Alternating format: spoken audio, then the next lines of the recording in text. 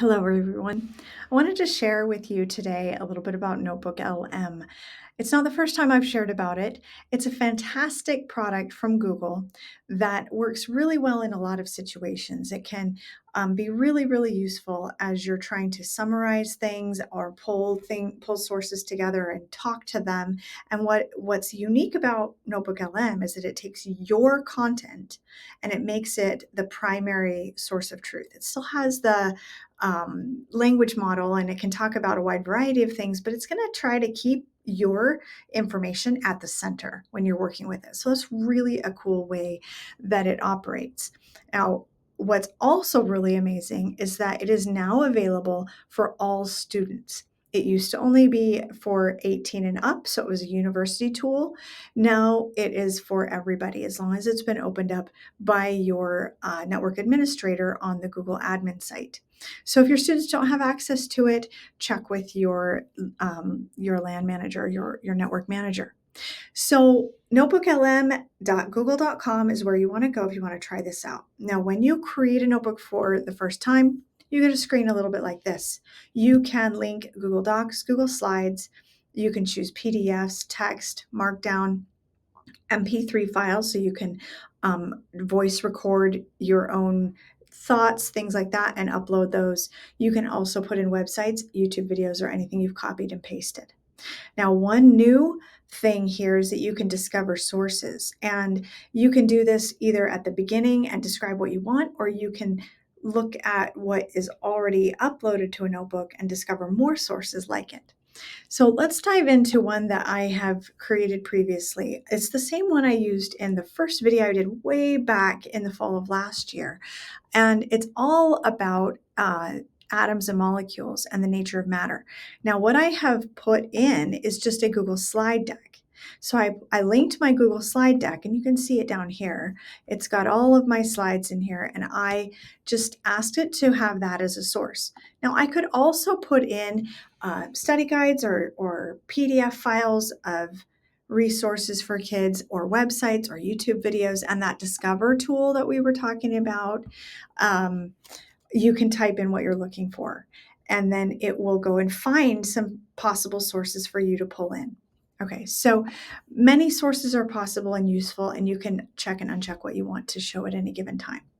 Now, once I've got this in here, you can chat with it and you can ask it questions, or you can create a variety of different things to study with. But so if I demonstrate, it's got some questions down here I could choose from.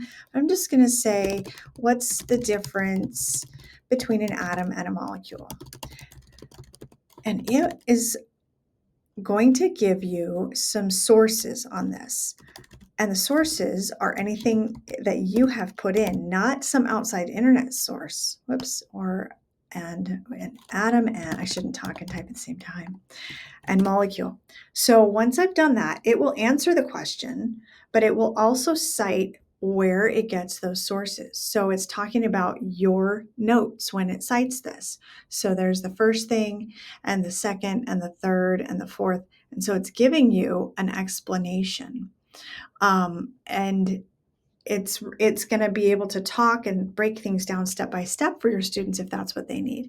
And you can save things to a note, and it would pop it over here.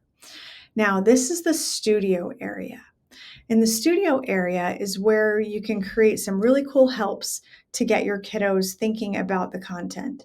Some of these are new and some of them are not. What's not new is the audio overview. Now, the audio overview is a podcast-like feature. It has a couple of hosts that are pretty much the same voice every time, but it creates a podcast.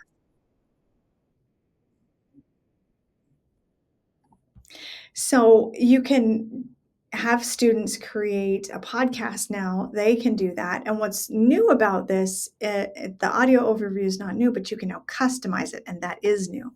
So you can make it shorter, make it longer, ask it to focus on things and do it from a certain perspective, give it some personality. You can customize all of that and ask it to do your audio overview your way. Similarly, you can now create a video overview. Now, this is great for kiddos who might be absent from your classroom or you just need, a little bit of extra support from a certain perspective.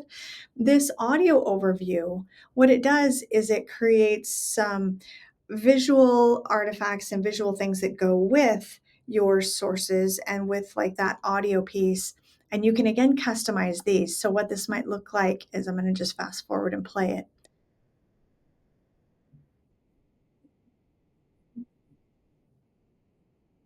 Yeah. So it's explaining the notes and breaking them down in a little bit different way. Again, you can customize what that video overview has in it, what sources it refers to, what's the focus of that video overview. Fantastic customization option available when you go in and prompt that.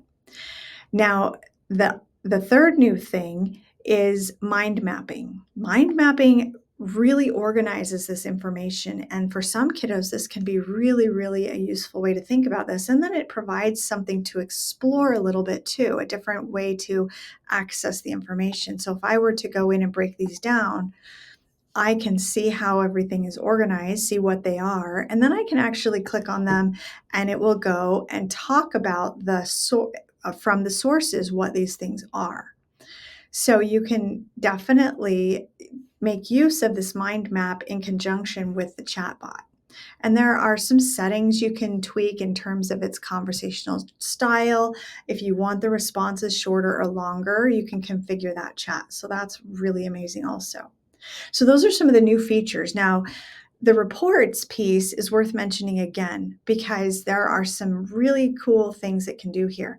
Timeline, not so applicable here. FAQ, frequently asked questions would be useful, but a study guide is also a really amazing little thing. And I already have one generated, so I'll click on the one that's here. It breaks things down into an outline form. And then it gives you some like quiz questions along with an answer key. So possible quiz questions either for you or your students to use to quiz themselves. And then what might essay format questions look like here? And then look at all the key terms that it generates for you. So that is a really, really cool resource. And it's a great opportunity for you to dive in and teach your students what it looks like to learn a content piece and have a robust study partner in the form of AI at the same time. So I hope this overview has been helpful and that you are ready to dive into NotebookLM with your students. Thanks for watching.